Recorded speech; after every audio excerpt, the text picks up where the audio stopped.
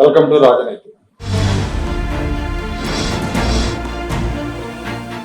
Regency ceramics అంటే రెండు తెలుగు రాష్ట్రాలతో పాటు దేశంలో చాలా మందికి సుపరిచితమైన పేరు.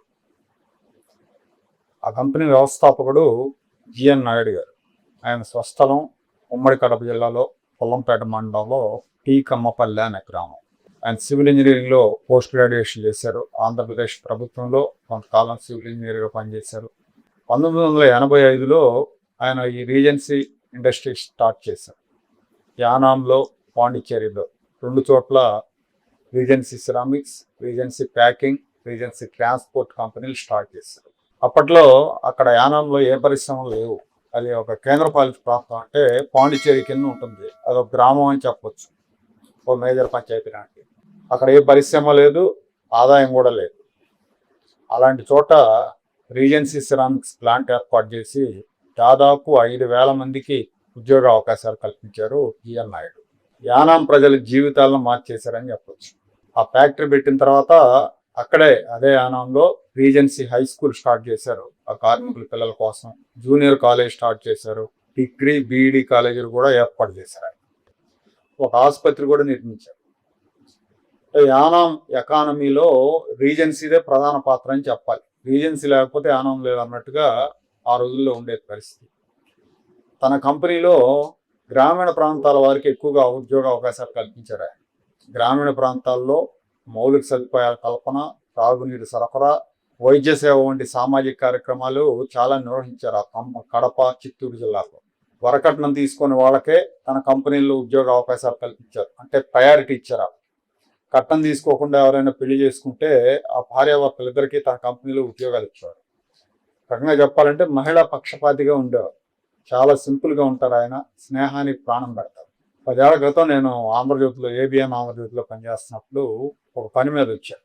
అప్పటి నుంచి మా ఇద్దరికి బాగా పరిచయం ఏర్పడింది. చాలా సందర్భాల్లో ఆయనే ఫోన్ చేసి మాట్లాడుతూ ఉండేవారు. ఏంటి నన్ను మర్చిపోయావు ఏంటి అన్నట్టు మాట్లాడారు. నేను కూడా టచ్లో ఉండేవాడిని. అప్పుడప్పుడు సరదాగా అనేవాడిని, ఎక్కడో యానంలో ప్లాంట్ పెట్టారు, వాళ్ళు ఏమో ప్లాంట్ తగలబెట్టేశారు, ఆ ప్రకాశం జిల్లాలో పెట్టచ్చు కదా అనేవాడిని సరదాగా. ఇక్కడ విషయం చెప్పాలి. యానంలో రీజెన్సీ సిరామిక్స్ ఫ్యాక్టరీ విజయవంతంగా నడుస్తున్న సందర్భంలో 2012లో అక్కడ ఏదో సమస్య వచ్చింది. ఆ సమస్య మీద కార్మికులు సమ్మె చేశారు. ఆ సమ్మె కొనసాగుతున్న సమయంలో సమ్మె, విలేని ఆర్దీక్ష లాంటివి జరుపుతున్నప్పుడు ఒక కార్మికుడు గుండెపోటుతో మరణించాడు. తూర్పుగోదావరి జిల్లాలో ఒక వివాదాస్పదుడైన ప్రజాప్రతినిధి ప్రోద్బలంతో ఆ సమ్మె హింసాత్మకంగా మారింది. అతను ఇప్పుడు ప్రజాప్రతినిధి కాదు, కానీ ఇప్పటికీ వివాదాస్పదుడు. అతని ప్రోద్బలంతో ఫ్యాక్టరీ మీద దాడి జరిగింది. ఫ్యాక్టరీ వైస్ ప్రెసిడెంట్గా ఉన్న జిఎన్ నాయుడు మేనల్లుడి మీద, చంద్రశేఖర్ నాయుడు మీద దాడి చేసి కొట్టి చంపారు. ఫ్యాక్టరీని తగలబెట్టారు. ఒక రోజంతా విధ్వంసకాండ కొనసాగింది. ఆ తర్వాత ఆయన హైదరాబాద్ నుంచి అక్కడికి వెళ్ళి తన కళ్ళ ముందే తను నిర్మించిన ఫ్యాక్టరీ బుక్ అయిపోవటాన్ని చూసి తట్టుకోలేకపోయారు. ఒక మారుమూల గ్రామంలో ఏ వస్తువులు లేని చోట పెద్ద ఫ్యాక్టరీ, స్కూళ్ళు, కాలేజీ, ఆసుపత్రి వంటివి నిర్మించి ఉపాధి కల్పన చేస్తే చివరకు ఆ వ్యవస్థ మొత్తాన్ని కాల్చేశారు. అక్కడున్న స్థానిక ఎమ్మెల్యే ఈ ఏపీలో ఉన్న వివాదాస్పద ప్రతినిధి మధ్య ఉన్న ఆధిపత్య పోరే దీనికి కారణమని చెప్తా ఉంటారు.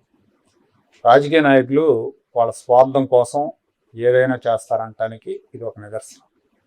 ఆ దెబ్బకు ప్లాంట్ క్లోజ్ అయిపోయింది. అందరూ ఉద్యోగాలు పోయినాయి. కొన్నాళ్ల పాటు నాయుడు గారు ఆ షాక్ నుంచి కోలుకోలేకపోయారు. ఇప్పటికీ ఆ ప్లాంట్ మూతపడి ఉంది. ఆ తర్వాత ఈ ప్రస్తావన వచ్చినప్పుడు ఆయన చెప్తా ఉంటారు, అప్పుడు తగలబెట్టిన వాళ్ళే మళ్ళీ వచ్చి ప్లాంట్ ఓపెన్ చేయండి, మేము తప్పు చేసామని రిక్వెస్ట్ చేస్తున్నారని చెప్పారు. ప్రస్తుతం ప్రకాశం జిల్లాలో అద్దంకి నియోజకవర్గంలో ప్లాంట్ ఏర్పాటు చేశారు. రీజెన్సీ ప్లాంట్ ఏర్పాటు అయింది. అలాగే యానాంలో కూడా ఆ పాత ప్లాంట్ను పునరుద్ధరించే ప్రయత్నాల్లో ఉన్నారని ఆయన సన్నిహితులు చెప్తా ఉన్నారు. ఈ మధ్యకాలంలో నేను టచ్లో లేను ఆయనతో. ఏడాది పైన ఆయన్ని మాట్లాడి. నిన్న ఆయన మరణ వార్త విని షాక్ అయ్యాను. ఒక నెల రోజులుగా ఆరోగ్యం బాగాలేదని ఆయన సన్నిహితులు చెప్పారు. జిఎన్ నాయుడు గారు పారిశ్రామికవేత్త, సామాజిక సేవా తత్పరుడే కాదు, రాజకీయంగా కూడా యాక్టివ్గా ఉండేవారు. మాజీ ముఖ్యమంత్రి జలగం వెంగళరావుతో సంబంధాలు ఉన్నాయి. తెలుగుదేశం పార్టీ ఏర్పడ్డాక ఎన్టీ రామారావు గారితో మంచి అనుబంధం ఉండేది. వైఎస్ రాజశేఖర రెడ్డి, నేదురుమల్లి జనార్దన్ రెడ్డి, వెంకయ్యనాయుడుతో మంచి సంబంధాలు ఉండేవి. చంద్రబాబు నాయుడుతో అయితే 80వ దశకం నుంచి ఈయన సన్నిహితంగా ఉండేవారు. తెలుగుదేశం పార్టీకి ఆర్థికంగా అండదండలు కూడా అందించారు.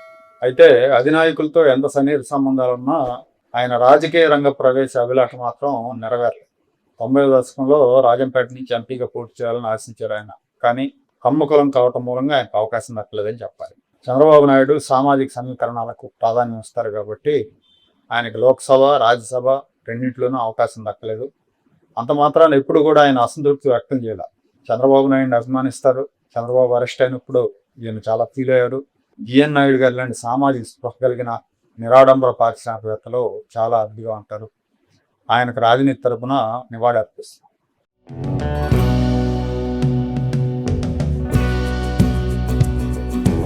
Like, share and subscribe to Rajaniti channel.